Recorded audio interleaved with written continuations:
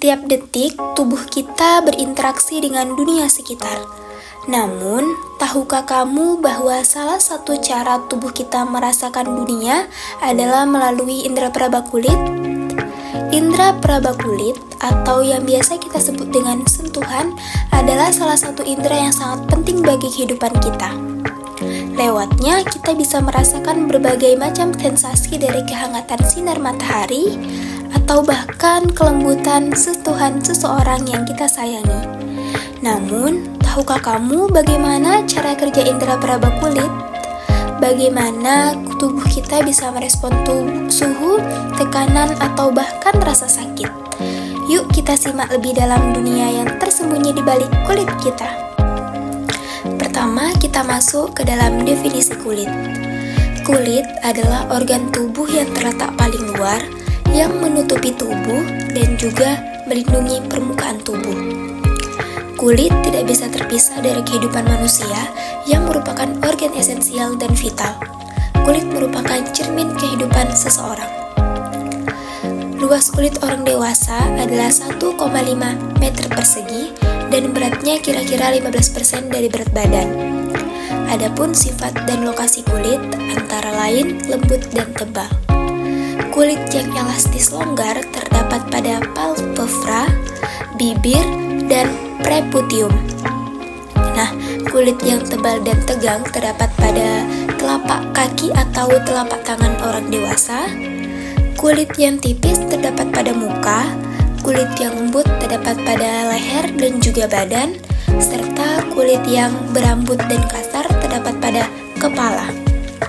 Kulit manusia memiliki 3 lapisan utama, yaitu epidermis, dermis, dan hipodermis. Masing-masing lapisan memiliki fungsi yang sangat penting bagi kesehatan dan kehidupan kita. Masuk ke lapisan yang pertama, yaitu lapisan epidermis.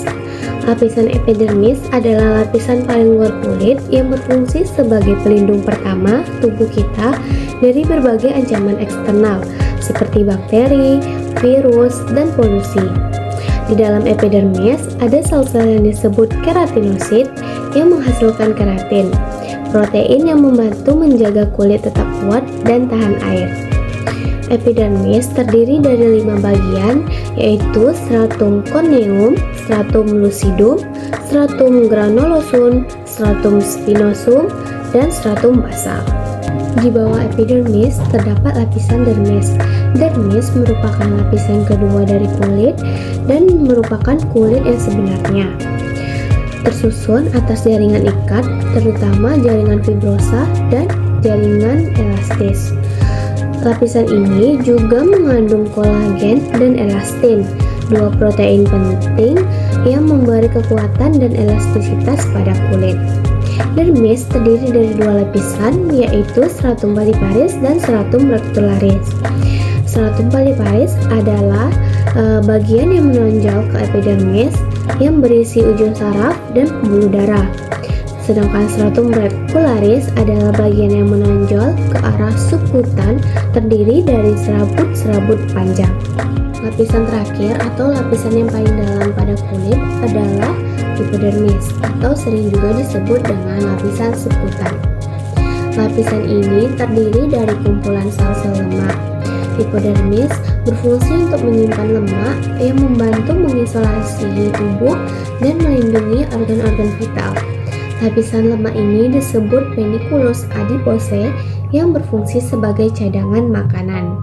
Bagian lain yang terdapat pada lapisan subkutis adalah ujung-ujung saraf tepi, pembuluh darah, dan getah bening. Selanjutnya saya akan menjelaskan tentang fungsi kulit. Fungsi kulit secara umum dibedakan menjadi 7. Yang pertama yaitu fungsi proteksi. Fungsi proteksi menjaga bagian dalam tubuh terhadap gangguan fisik. Yang kedua itu fungsi absorpsi, yaitu kulit yang sehat dan tidak mudah menyerap air. Yang ketiga, fungsi ekskresi, kelenjar kulit yang mengeluarkan zat-zat sisa metabolisme tubuh. Yang keempat, fungsi persepsi. Fungsi persepsi yaitu terhadap rangsangan terhadap panas yang diperankan oleh badan. Yang kelima, fungsi pembentukan suhu tubuh.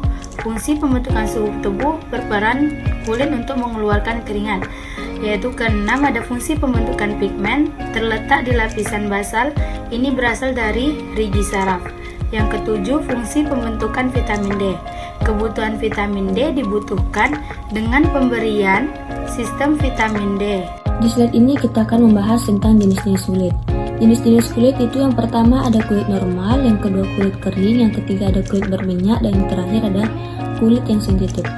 Kulit normal adalah kulit yang sangat mudah untuk dirawat karena kelenjar minyak pada kulit normal bekerja seimbang sehingga produksi minyak tidak berlebihan atau terlalu sedikit. Ciri-cirinya adalah kulit tampak bersih, lembut, dan jarang mengalami masalah. Yang kedua itu ada kulit kering. Kulit kering terjadi karena keseimbangan kadar minyak terganggu. Berbeda dengan kulit berminyak yang memproduksi minyak berlebihan. Kulit kering ini justru kekurangan minyak. Akibatnya kulit terasa kaku, kasar, dan kadang mengelupas. Yang ketiga itu kulit minyak. Kulit berminyak sering dialami oleh wanita di daerah tropis. Biasanya muncul pada remaja usia 20-an karena pengaruh hormon. Kelenjar minyak sangat aktif sehingga memproduksi minyak berlebihan, membuat kulit terlihat mengkilap dan mudah berjerawat. Yang keempat yaitu kulit sensitif. Kulit sensitif didiagnosis berdasarkan gejala tertentu, seperti kemerahan, penambahan warna kulit, dan reaksi cepat terhadap rangsangan. Kulit ini lebih tipis dibandingkan jenis kulit lainnya, sehingga sangat peka terhadap hal-hal yang bisa menyebabkan alergi, misalnya bahan kimia atau kosmetik tertentu. Gejalanya meliputi iritasi, rasa gatal, atau munculnya bercak merah. Gangguan pada kulit. Nah, contoh gangguan pada kulit ada berbagai macam jenis. Yang pertama ada pruritus. Nah, pruritus atau bisa dikenal dengan rasa gatal. Nah, teman-teman pasti kenal penanganan perasaan gatal ya. Gatal ini adalah suatu yang terjadi pada sensasi kulit yang menimbulkan keinginan untuk menggaruk atau merupakan keluhan kulit yang sering terjadi pada bagian dermatologi yang menimbulkan gangguan rasa nyaman dan perubahan yang interaksi kulitnya meresponan dengan garukan.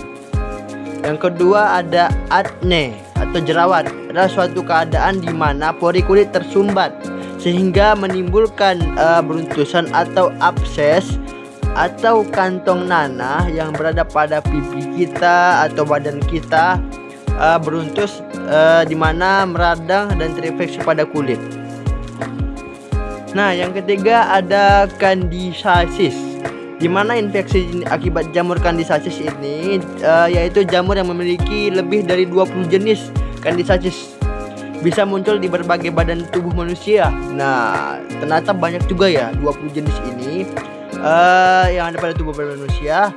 Pada bagian ini yang paling sering mengalami infeksi candidiasis itu pada tubuh manusia sekitaran organ intim, di mana bagian tubuh lain yaitu kuku atau esophagus, daerah sekitar anus, dan saluran pencernaan. Penyebabnya yaitu jamur candidiasis. Pada bagian eksim merupakan reaksi alergi yang disebabkan atau yang terjadi pada kulit. Umumnya terjadi pada anak-anak hingga orang dewasa. Gejala yang disebabkan oleh penyakit eksim yaitu gatal, kemerahan, pembengkakan, dan serta kulit kering. Eksim adalah gejala kondisi kulit kronis yang merupakan gejala ringan hingga parah. Nah, itulah gambaran singkat mengenai indera peraba manusia. Kulit kita adalah pelindung yang luar biasa dan sudah seharusnya kita merawatnya dengan baik. Terima kasih telah menonton dan jangan lupa menjaga kesehatan kulitmu.